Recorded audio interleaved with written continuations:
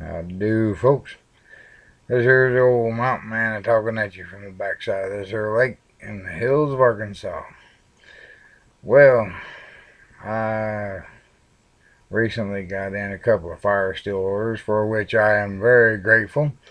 And I've got Backcountry Preps fire steel package with a few extras tossed in right here. And over here, I've got everything fixed up for Mr. Brian Rowe. I got to wrap the deer antler tines all up with tape and cardboard, and I'll be wrapping this in foam, pretty much like I did this other one. He bought this one, and this one is an extra that I threw in. It's the 4 by 3/8, and this here's the 5 inch long by 1/2 inch thick deer antler handle fire steel that he wanted. And I sent him pictures of the antler that I had on hand to make the extra large fire steel. And I do that for my customers. I'll send them pictures of this stuff and I'll say, is this good enough? You know, step by step as I go. Sometimes, every once, I think there's been a few in the past, maybe 2 or 3 that I've not sent pictures to, but that's because it didn't occur to me at the time, but I've made it a common practice now, and I'm going to be doing that from now on. Where's my camera? There it is. Got this little Polaroid camera here. It's got a little square lithium battery in it, and got that mini micro memory card in there. The tiny little chip, tiny little thing, about like a freaking fingernail or something, but it's still 8 gigabytes. That's something. That's amazing. Tiny little thing like that holds as much as a big old memory card. But anyway, getting back to Brian's stuff here, I got his regular order was his order for $53 was the 5 inch long by 1/2 inch thick fire steel deer antler handle piece of magnesium wrapped up there in that foam and scotch tape, and the big old bundle of char cloth. And there's, hell, there's a bunch of char cloth in there. He'd have enough to practice, and have some to put in a tin to put in a tin, I guess, something waterproof, maybe a little box or something. But he sent me a $53 order. I got that all set up, got it all rigged up, got the lanyard in there and everything. And Brian had sent me a couple of gifts. I had no idea what he was sending, but hell, I'd told him before. I said, you send me a gift, I'm giving you some stuff too. So we got the old British 303 brass with what once was the fire steel for the orange handle fire steel. I just pulled it out and put it in that 303 brass. And let's see here, which way we go with this. You can pretty well see that the difference in the 3/8 and this other one, I don't even know what that is. It's just half the size, half as thick, or half the diameter. That's half the diameter of the 3/8, whatever that is. I'm not good with that kind of measurements and stuff. That's just, if it ain't written down there on the website, or if it ain't all accurate and everything, then accurately put down, then I don't even know it. I didn't learn a whole lot in school. Math was my worst subject. Some types of math I can do real well, like, money matters and such. Hold on a second, I gotta turn on the fan for this. Now, it's a little bitty fan, and hopefully it won't make much noise. Turn it down low. I gotta keep this computer cool because the internal fan is just not functioning. It's just dead. So I got this thing. It's a little air purifier is what it is. This little old bitty box thing, and I just set it over here at the end of the computer, and it's circulating air up under the computer, and I got a little box down here propping the computer up on the stand, and it's circulating air under there real good. So to keep that computer warm, I keep that computer cool, not warm. Yeah, pardon me, folks. I'm a bit jittery. Went through kind of a rough time here lately. I had to have emergency surgery on a particular part of my body I don't want to be talking about. Trauma. Oh. But, no, that's not a fit subject to be talking about, so I'm not going to discuss it. But yes, I do have stitches down now. And when I said trauma, I mean trauma. But at any rate, get off that subject. Just shit can that subject and get back to Mr. Brian Rowe and the fire steels. He's getting like 3 fire steels and what they call a needle file. Now, a needle file is not for sharpening needles. It's just old sharp pointed file. Now, this came with like a 4 or 5 file set for like $4 over there at fuck you call it, Harbor Freight. Now, a lot of that stuff is just cheap ass little bullshit, but I bought 2 sets of these files, and I tried one out, I tried one set out, and I done my level best to wear it the hell out. I've been working on a Bowie knife over here, chrome vanadium steel from the W.R. Case & Sons company, and it's too far out of reach for me to go getting it, but the thing was made back in the 70s, made out of that chrome vanadium steel, and it's one of the hardest steels around from what I understand. But this these little needle files, I've been doing my best to wear them out. The other set, this one ain't been used.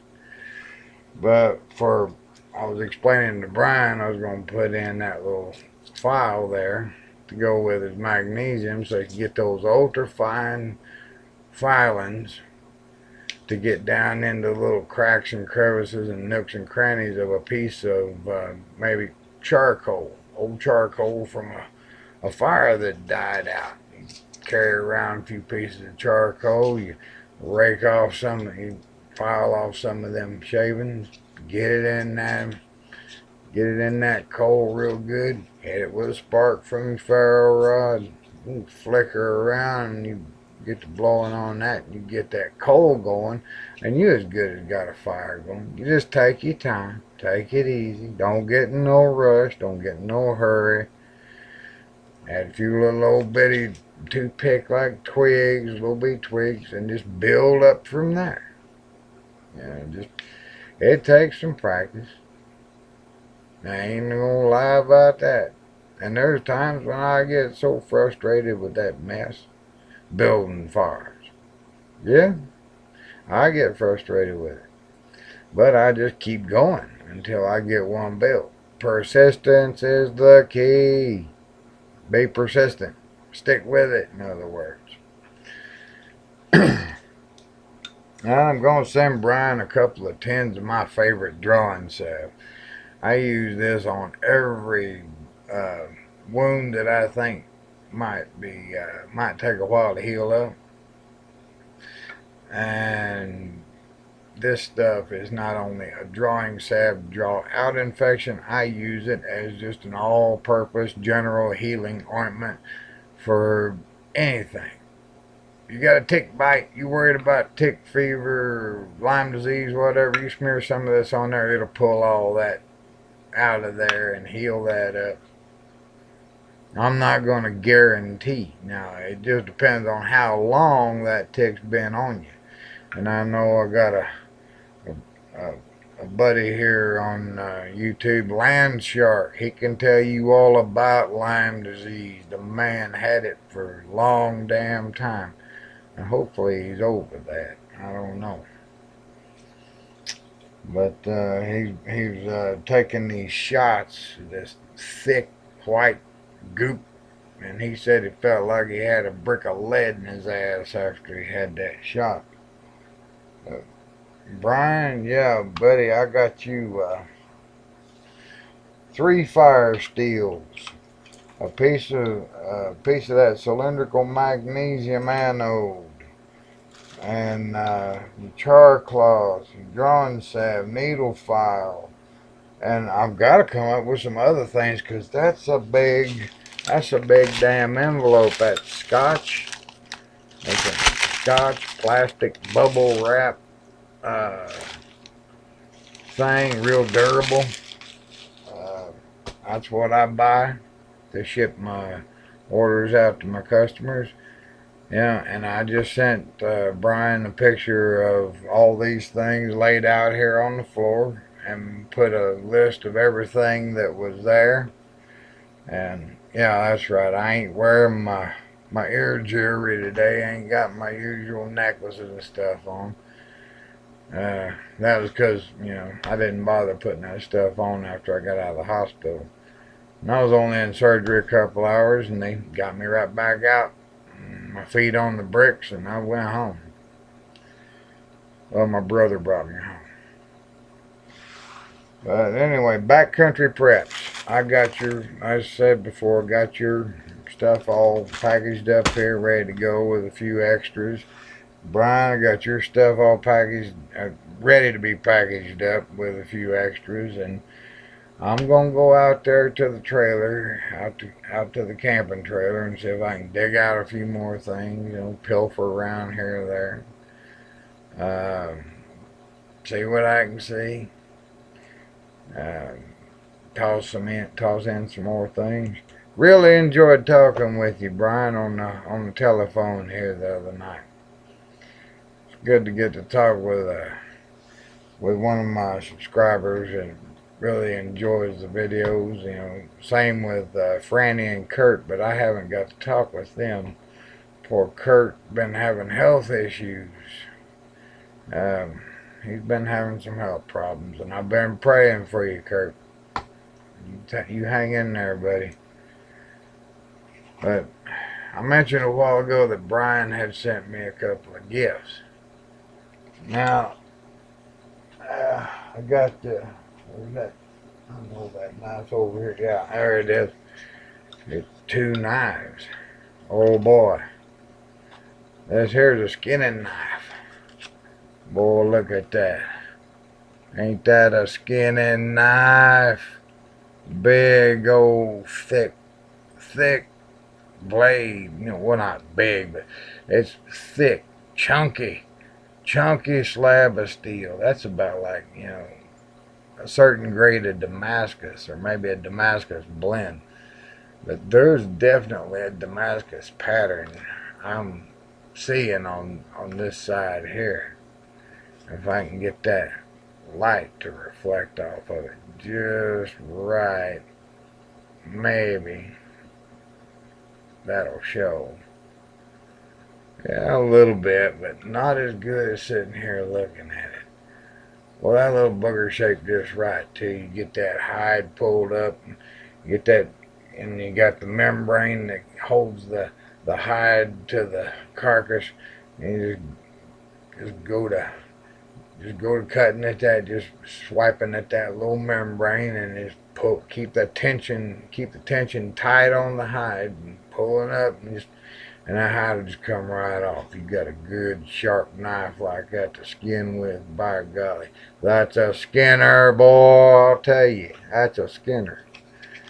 Now this next knife, this is one I've been wanting for a long time and never really bought for myself, but I always wanted one. I wanted a W.R. Case & Sons pocket knife my whole life, but never bought one for myself. Nobody ever gave me one. Nobody ever thought to get me one. And I've already taken this out of the package and sharpened it up, or touched it up. I touched up the factory edge. Oh boy, look at that.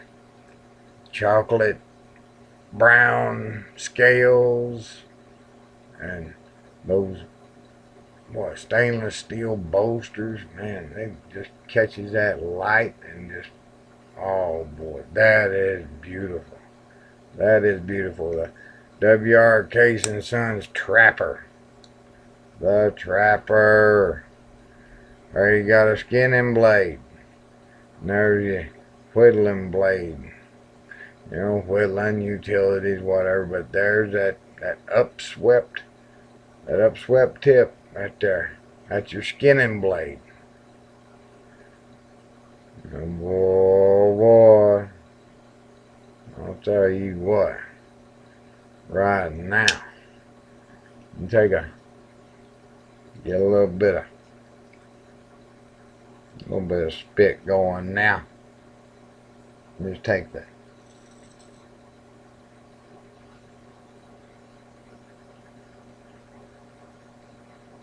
I don't know, let's see. It ain't showing too all much. There it is. That hair, it come off of that.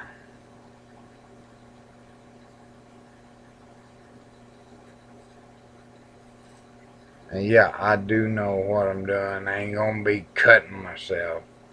Oh yeah, you can see that hair on that blade right there. And y'all seen how that come off of there. I got a bare spot.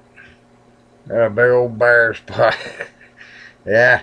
Well, you can tell a man that sharpens his own knives, and if he tests it out on his arm, he's going to have a few bare spots here and there. He's going to be minus some hair. And both blades are just, oh Lord, hair split and sharp. I'll tell you what, I use this little, it's not a stone, it's a steel, but they refer to it as a stone, and has, what is that coating they put on them black talon bullets? Teflon. It's got a Teflon coating, cubic zirconia, or simulated diamond chips embedded in that Teflon coating. And what I do is I get that angle just right, and I bring it straight across, and that's how I sharpen my blades every time. But the reason I do that is one day I was taking a look at that steel in a knife, and sometimes with even a knife with a powder coat, you can get the light to catch it just right, and you'll see these little lines just going back, and the steel is just made that way. You got these little lines, and I thought, well, I wonder if I sharpen a knife in the same direction those lines are, with a straight edge, just a straight stroke like that, how's it going to turn out? Well, y'all seen how it turned out. That's how I do it. And anybody out there, well, you know, if I show it on YouTube, somebody's going to try it and they're going to see. But it's all in that angle. The angle you hold it at, you get that knife up there, and if you got it at the wrong angle, you'll be able to tell. You just get that up there at the perfect angle. Get that up there. Whenever that blade starts to kind of kind of drag a little bit. You can feel, you know, a dull blade will just smooth, just scoot right across there real smooth. But whenever it starts to get sharp, you feel sort of a slow drag. Yeah. And this one here, you know, there ain't no need in me resharpening or adding to this. It's just a little demo of how I sharpen my knives. And sometimes I go a little faster, you know. So pick that knife up and bring it back every time. Pick it up, bring it back. You know, push it forward, pick it up, bring it back. Push it forward, pick it up, bring it back. Ain't none of this bullshit scrubbing it on there. No, don't do that. Mess your damn edge up. And always, whenever I'm doing this, I get done and give a few more strokes on. And then whenever I get done, you know, with this right here, sharpening like this, I bring it up and then back down. And then do the same on the other side. Just bring it up the entire length of the blade. And you can sharpen a pretty big knife like this with a little old piece of steel like this. I've sharpened Bowie knives like this before. You know it. I'm the mountain man, by God. And after that, I take this big old strap off, you know, that's part of my belt. It's laced in my britches right now. And just stroke out on that leather backwards. Just take it backwards on there like you're touching up a straight razor on a strap. Everybody knows how to, everybody that's ever used a strop knows what I'm talking about. And what that does, that deburrs the edge. You know, most everybody knows that. Maybe a few of my subscribers don't. You know, I've got people out there that probably wouldn't know that unless I told them. I don't know. Maybe, possibly, could be. But that case trapper, ooh, Lord Brian, that is a fine knife, and I sure do thank you. I'm gonna see if I can find some things out there that, you know, I don't know. This knife here costs more than what that fire building package costs. I mean, somebody gives you a case pocket knife from W.R. Case & Sons, an American company, by God. Which, you know, Case is one of my favorites, and not just because they're made in the USA, but because they're quality for many, many, many years. I don't know exactly when. Maybe they got it on the box here. Since, you know, so many years ago. But you know, it's got the American flag on there, on that little box. Yeah, buddy. Trapper. Case trapper. Yeah. Oh, son, I can't say enough good stuff about that. Always wanted one. But when I got the money, I just said, oh man, I got to get this over here, and I got to get these other necessities, and I just can't afford it. And now I've got one, the first case pocket knife I've ever owned in my life. And it was a gift from a subscriber, Mr. Brian Rowe, and this will be with me forever. I guarantee it, forever. Ain't nobody get this from me unless they shoot me in the head from 500 yards away and try to take it off my cold dead body. If I can get it out of my pocket and throw it in the rivers, keep them from getting it before I croak, then I'll do that.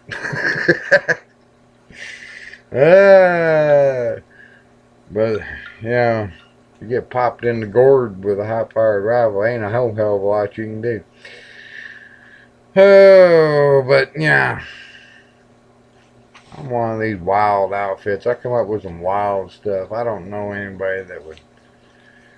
I don't know. There's a few people out there in the past, they might still be around and kicking, that might want to take a pot shot at me, but yeah, well, whatever. Don't want to go off on the negative. No. Brian, man, when I got a hold of that package, that little envelope about so wide and so tall, I said, that's heavy. And, you know, I had just got out of the hospital whenever the next day after the operation, I wasn't really feeling like shooting no video or nothing. I couldn't. Just had no energy. I was just tapped out. You know, I got stitches, and I've been taking antibiotics and pain pills, and some dang pain pill called an oxycodone, and one of those things are powerful. You don't need to take but one every so many hours, and they last a good long time. Yeah, but boy, howdy, Brian. Well, I wrapped that burger up and I put it back in that box, and I got a feeling I'm going to be carrying that box in my pocket, and you know, whenever I go to use it, I can just see me carrying around some of them wet towelette, little wet naps, clean that blade after I get through using it. Clean that blade. Yes, sir.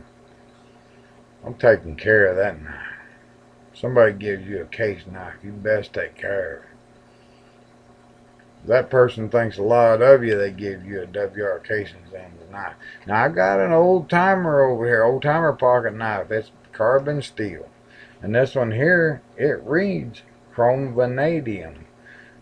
But on the blade it's got SS, but chrome vanadium there's a blend of steels in there. You know, stainless steel, chrome vanadium. I'm gonna have to look that up on the internet. But Lord of mercy, I pulled that bubble wrap package out of there, and you know, I could tell, you know, by that crook. I said, I got my skinning knife there, but I seen that old box, and then I seen WR casing sons. Oh Lord, about lost my mind. I just about lost my mind. Whoo, boy, howdy.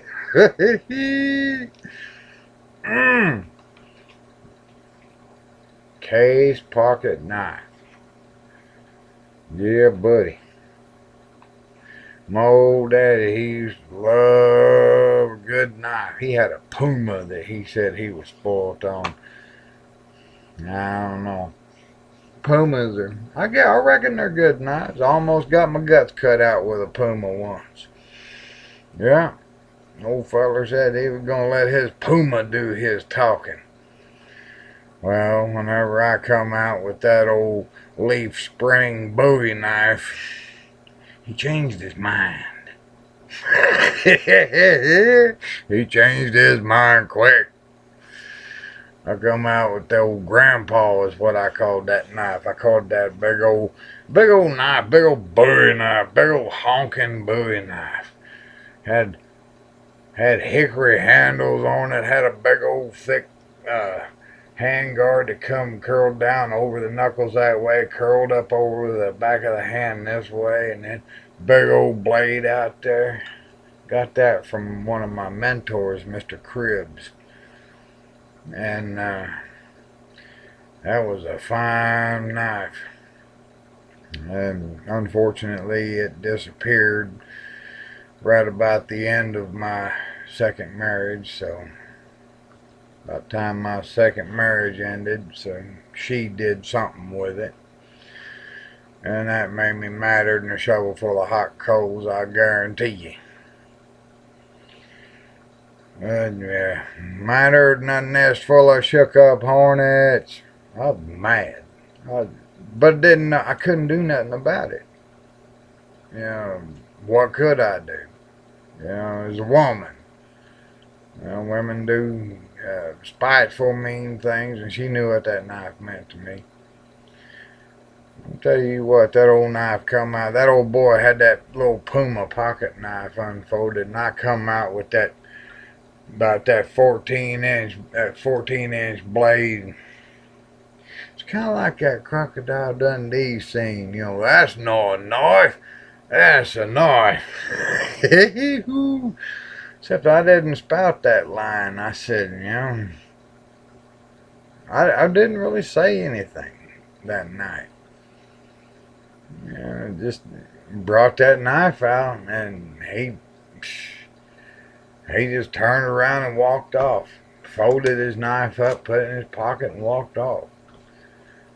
And the best fight is the fight you don't have to engage in. If you can stop it before it gets out of hand. And it all falls back to that old saying. Victory through superior firepower, but in this case, it was victory through, you know, mine's bigger than yours. Mine's bigger, mine's better. My blade was bigger, my blade was better, and I damn well knew how to use it by the time that fella pulled that knife on me. I was 20-odd years old. And it was for no good reason. He was drunk, and he was acting up.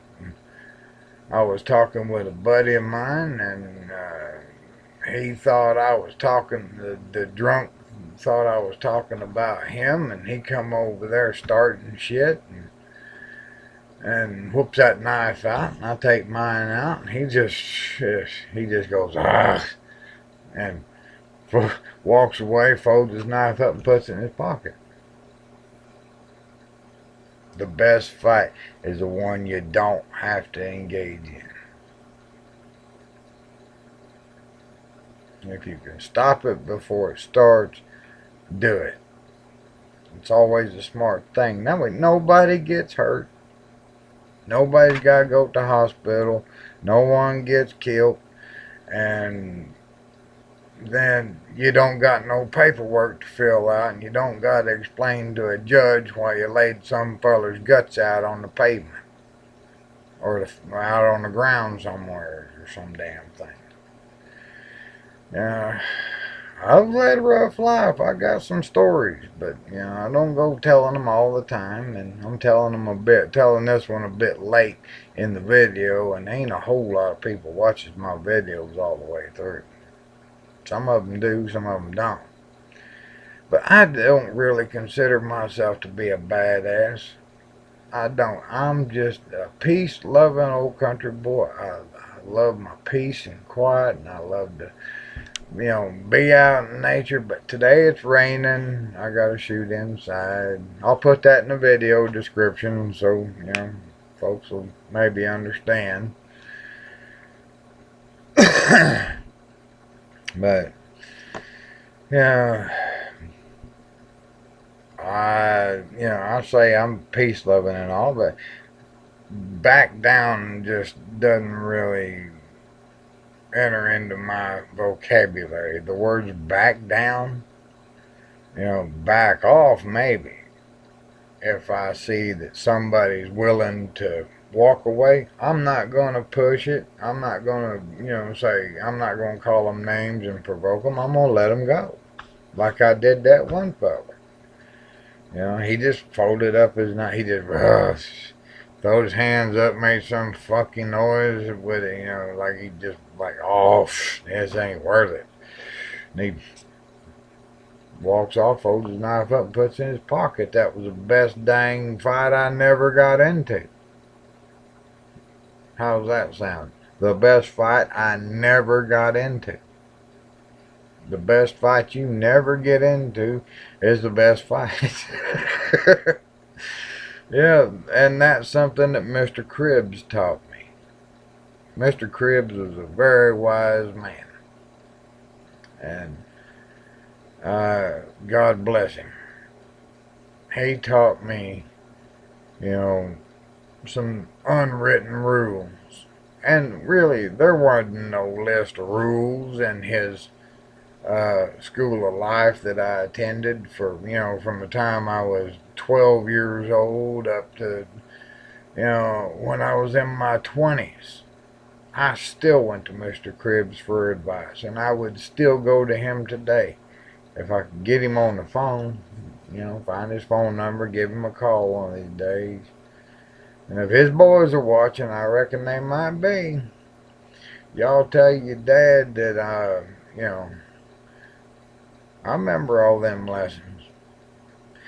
He told me one day, he says, son, the best fight is the one you don't get into.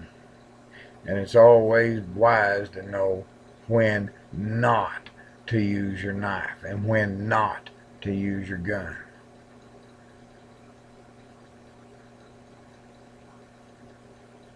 He said that's the smartest choice you'll ever make, is when not to use your survival tools against another human being. It's all them judgment calls that come from that little thought in the back of your mind. Some people call it a voice, but no, I don't hear voices, and I think people that do need to go get their brain checked by some head shrinking doctor and maybe get them some medicine. But anyway, I got a lot of good morals and ethics and rules on life by listening to Mr. Cribbs and watch him interact with his sons and talk with his sons. And it was quite an enriching experience having Mr. Cribbs and his family in my life as I grew up.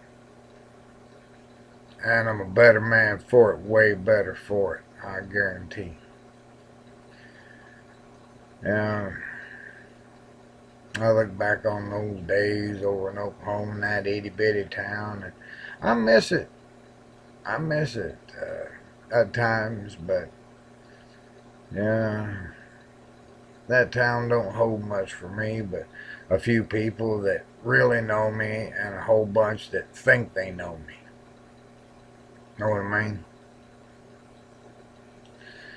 Well, folks, I reckon I better get on off of here, and I gotta go change my dressing. I gotta go change that dressing down now, and God almighty.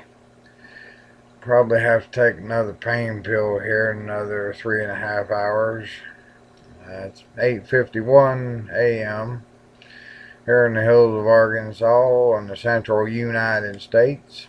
And this here's the old mountain man signing off from the backside of this here lake, reminding you the best fight that you get in may not be the one you get in. Huh? That's kind of tangled up, wasn't it? I'll talk with y'all later. You take care of yourselves and be good to yourselves, be good to each other. Don't take no shit, but don't start none neither. Adios.